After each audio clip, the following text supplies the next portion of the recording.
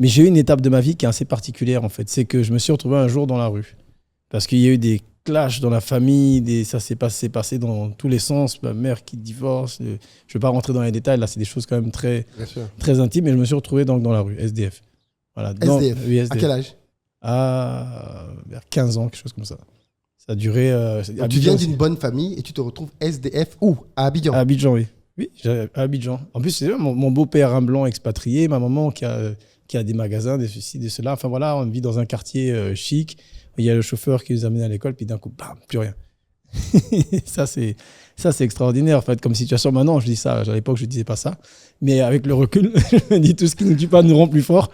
Et c'est vrai, ça m'a permis de dépasser certaines choses en moi. Parce que quand tu te retrouves dans la rue, tu n'as rien à manger. Tu ne sais pas ce que tu as mangé. Tu es à midi, hein, tu ne sais pas ce que tu as mangé le soir, ni le lendemain, ni rien. Même à midi, tu ne sais pas ce que tu as mangé. Tu es déjà à midi. Tu cherches. Et je me rappelle toujours où je dormais. Des fois, je passe. Il y a un immeuble sur le boulevard de Marseille où j'attendais que le gardien aille pour monter pour aller dormir sur le toit de l'immeuble. Il fait plus frais. Là-bas, et puis il n'y a pas les bêtes, les rats, tout ça, parce que des fois, je dormais sur les trucs on vend le café, là. Et donc, tout ça, quand je passe, je vois cet endroit-là. Je me rappelle de ça. Je vois après, et quand tu es dans la rue, c'est les gens de la rue qui te récupèrent. C'est pas les autres personnes, parce qu'eux aussi sont dans la rue. Et ils sont dans la rue, c'est des débrouillards. Et s'ils sont débrouillards, des fois, la difficulté est telle que quel est l'échappatoire? Parce que l'être humain, il n'a pas envie de souffrir. Donc, il veut s'échapper de ce quotidien. Qu'est-ce qu'il fait? Il prend de la drogue, il prend des trucs bizarres, etc. C'est ceux-là qui viennent te chercher. Et tu es embarqué avec eux. Et donc, c'était assez compliqué. Comment ça se passe? Il vient, il te rencontre dans la rue, il te propose quelque chose, il t'oblige, ça se passe comment? Non, il ne t'oblige pas, parce que toi, tu es seul, tu as envie de parler. C'est comme ça, en fait, on voit des gens, tu es dans la même situation que le gars, lui, il connaît. Donc, finalement, il devient un peu ton mentor, tu le suis, et ça apprend la vie de la rue. Voilà. Après, maintenant, dans la rue, c'est chacun pour soi.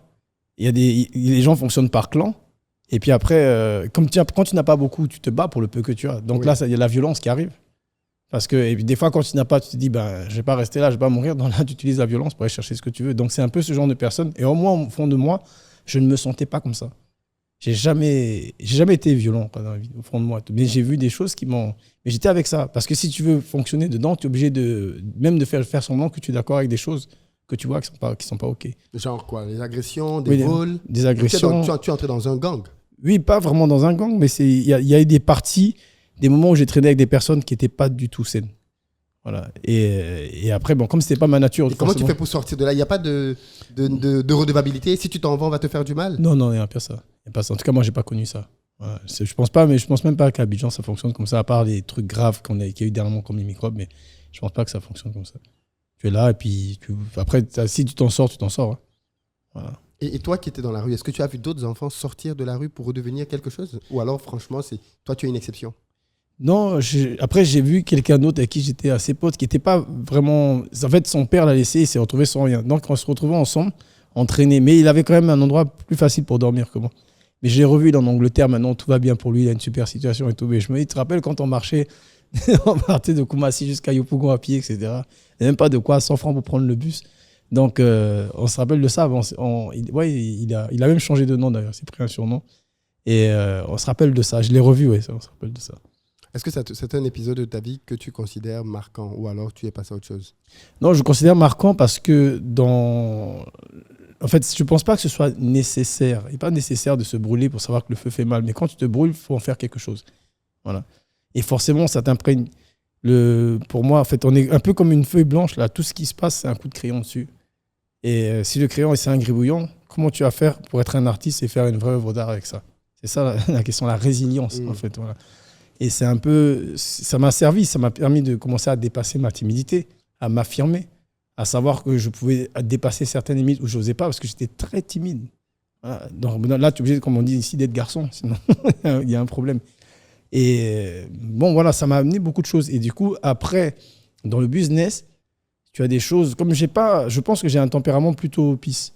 Voilà. Mais il y a une certaine nervosité qu'il faut trouver des fois dans le business, certaines colères qui me vient de là parfois. Aujourd'hui, avec le recul, tu penses que c'est de la faute de qui que tu te sois retrouvé dans cet épisode? Je ne veux pas incriminer en public comme ça. Mais tu penses à quelqu'un? Oui, je pense à plus. Tu en veux toujours à la personne? Non. Tu es passé à autre chose? Vraiment, ça c'est sûr. Tu as pardonné? Oui. J'ai fait une lettre à la personne, à différentes personnes, et j'ai jeté cette lettre, mais j'ai écrit. J'ai fait comme si j'envoyais. Pourquoi tu as fait ça symboliquement? Oui, symboliquement, parce que c'est une technique thérapeutique déjà que j'enseigne aux gens. Que pour nettoyer certaines choses, bien, si tu en veux à des parents, il faut lui écrire. Des fois, il faut poster la lettre à soi-même. Ça va revenir chez soi. Mais au moins, tu lui as dit ou tu as exprimé, en fait. Tout ce qui ne s'exprime pas s'imprime. À un moment donné, je pense qu'il faut l'exprimer. D'une façon ou d'une autre. Mais la personne ne va jamais recevoir ton courrier. Elle ne saura jamais, peut-être. Non, elle ne saura jamais.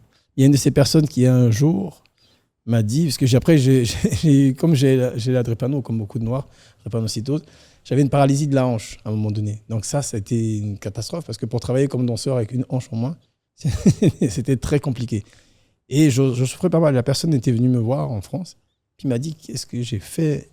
C'est parce que j'ai fait ça que tu... Et puis après, un jour, cette personne s'est excusée en me disant, bon, j'ai pas fait ce qu'il fallait à tel moment. Je dis non, tu as fait ce que tu pensais faire bien en fonction des moyens que tu avais à ce moment-là et de ton éducation. Voilà. Mais je pense qu'au fond, tu pensais faire bien. C'est incroyable. Je pense qu'on n'imagine même pas la dureté de la vie dans la rue. C'est-à-dire, comme tu dis, tu te lèves le matin et tu ne sais pas ce qui va se passer à midi. Tu ne sais pas ce qui va se passer le soir, encore moins le lendemain. C'est ça. Il n'y a pas de projet, il n'y a pas d'horizon en fait. Tu as des rêves, par contre. Ça, c'est important. Et je pense qu'il faut s'accrocher à ses rêves, mais un jour, il faut croire qu'il y a les moyens de ses rêves. Et à un moment donné, ma chance, voilà. Ma chance, c'est l'éducation que j'ai eue avant. Parce que moi, quand j'étais enfant, j'étais élevé par ma grand-mère par alliance, qui était une bourgeoise. Et donc, elle nous a donné une éducation bourgeoise, une façon de se tenir à table, etc. Et c'est comme ça qu'il y a des gens, il y a eu des épisodes où j'ai failli sortir. Puis après, à un moment donné, les premières personnes qui m'ont récupéré avant que ma famille revienne me chercher, enfin, ils ont dit, mais cet enfant, qu'est-ce qu'il fait là? Il est poli, il s'exprime bien, etc. Donc, ils se sont dit, non, c'est pas sa place là-bas. Et je serais arrivé, je pense, avec je suis pas c'est vrai que j'avais une chance avant, c'est ça. Je serais arrivé en parlant mal, sans pas m'exprimer, sans avoir tous ces codes de politesse. Eh bien, ça n'aurait pas été la même chose. Donc, je remercie aussi cette dame qui était très sévère avec moi, ma grand-mère par alliance, mais qui m'a éduqué à ça. Et ça sert toute la vie. Je veux dire, pour la réussite, c'est quelque chose. Je pense que, quel que soit l'âge, il faut vraiment faire attention à se former à la façon dont on communique avec les autres. Parce que, je donne un exemple, on montait avec un ami, on m'appelle Patrick, le chinois, maintenant un projet de boîte de nuit. Et puis, je lui amène une DJ qui est extraordinaire. Puis, en parlant, il me dit, oui, lui, il connaît bien la musique. Il dit, tu connais tel DJ? Je dis, oui, je sais c'est qui. Après, je sais c'est qui. Puis, elle part. Il me dit, Guillaume, je ne vais pas l'embaucher. Je sais pourquoi. Elle me dit, moi, quelqu'un qui ne sait pas dire je sais qui est-ce, ou je le connais, mais qui dit je sais c'est qui, je ne veux pas qu'elle parle avec mes clients. Vu le standing de son affaire. Donc, c'est idiot, hein. Juste cette phrase-là, ça a empêché cette personne-là d'avoir ce job, alors qu'elle avait toutes les compétences. Donc, je pense que ça, c'est important. C'est pas trop dur, c'est pas jugé à l'apparence. On n'est pas allé au cœur, à l'âme, que toi, tu sembles mettre en avant. Alors, lui, c'est sa façon de voir les choses. Moi, je l'aurais pris la personne quand même. Hein. je lui ai dit, voilà, ça se dit comme ci et pas comme ça. Et puis après, elle aurait fait l'effort. Lui, il a été dur. Mais ça, c'est un épisode qui m'a marqué. J'ai dit, ah bon, juste un détail comme ça. Et c'est là que j'ai fait le lien. Je dis, c'est vrai que quand même, la chance d'avoir eu cette éducation et puis après, d'avoir continué à chercher à apprendre, à me cultiver, d'avoir une certaine culture générale. Parce que les gens veulent gagner de l'argent, mais quand tu arrives d'humouriste, que tu es grossier, beauf et tout ça, et les autres le remarquent. C'est pas à ton avantage. Ça, c'est quelque chose, et puis c'est facile à tout âge de réapprendre certaines choses. Et c'est quoi les codes donc, pour pouvoir s'imposer dans cette milieu? Parce que ce que tu dis là, pour moi, c'est très important. La capacité à comprendre les codes. C'est ça. Malheureusement, beaucoup de personnes, comme tu l'as illustré, passent à côté d'énormes opportunités parce qu'ils ne comprennent pas les codes. C'est ça. Et qu'en général, les codes s'apprennent dans un milieu. C'est-à-dire que quand tu n'es pas né, tu n'as pas grandi dedans, c'est difficile de pouvoir se les approprier. Et tu penses que ce serait quoi les codes de base comme ça pour quelqu'un qui a de grandes ambitions et qui va peut-être qui va être appelé à fréquenter certains milieux? D'abord, c'est la sobriété déjà. Parce que comme tu disais tout à l'heure, plus ce qu'on a ou ce qu'on est, moins on en a, plus on étale. Hein. C'est comme la confiture. Il faut que ça prenne tout le pain. Ouais. Donc, il y a une certaine sobriété qui amène, ça n'empêche pas bien sûr d'être soi-même, voilà. Mais il y a une certaine sobriété qui est importante. Ça, c'est très jugé. Les personnes qui en font trop et qui se disent, bien ça y est, il vient d'avoir de l'argent. Et puis maintenant, voilà, il arrive en boîte, il invite tout le monde, yallah, il claque dans les doigts. On comprend. Et ça, c'est un. Ensuite, l'élocution, la façon de parler, le langage, les mots. Il y a énormément de bouquins ou de tutos sur YouTube aujourd'hui pour apprendre à s'exprimer. Et donc, il faut apprendre à avoir un langage. La première chose quand deux personnes communiquent, c'est le langage. Et on juge, on ne le veut pas, inconsciemment ou pas, quelqu'un la façon dont il s'exprime. Ensuite, il y a bien évidemment la tenue vestimentaire, etc. On n'est pas de se déguiser non plus, mais quelque chose qui corresponde à soi. Il y a pas, moi, je ne suis pas pour le costard cravate de tout le monde. Je trouve que c'est dommage que les Occidentaux nous aient imposé des choses et que maintenant on revendique notre identité et qu'on continue à les copier. On a des très belles choses chez nous à exploiter. Ça, c'est les codes. Mais ensuite, ce qui est important, c'est le raffinement. C'est le raffinement. Et le raffinement, c'est quelque chose qu'on retrouve dans la bourgeoisie, mais qui pour moi est important au niveau de toute l'humanité. Parce qu'on n'a jamais vu une intelligence brutale. L'intelligence, c'est toujours raffiné.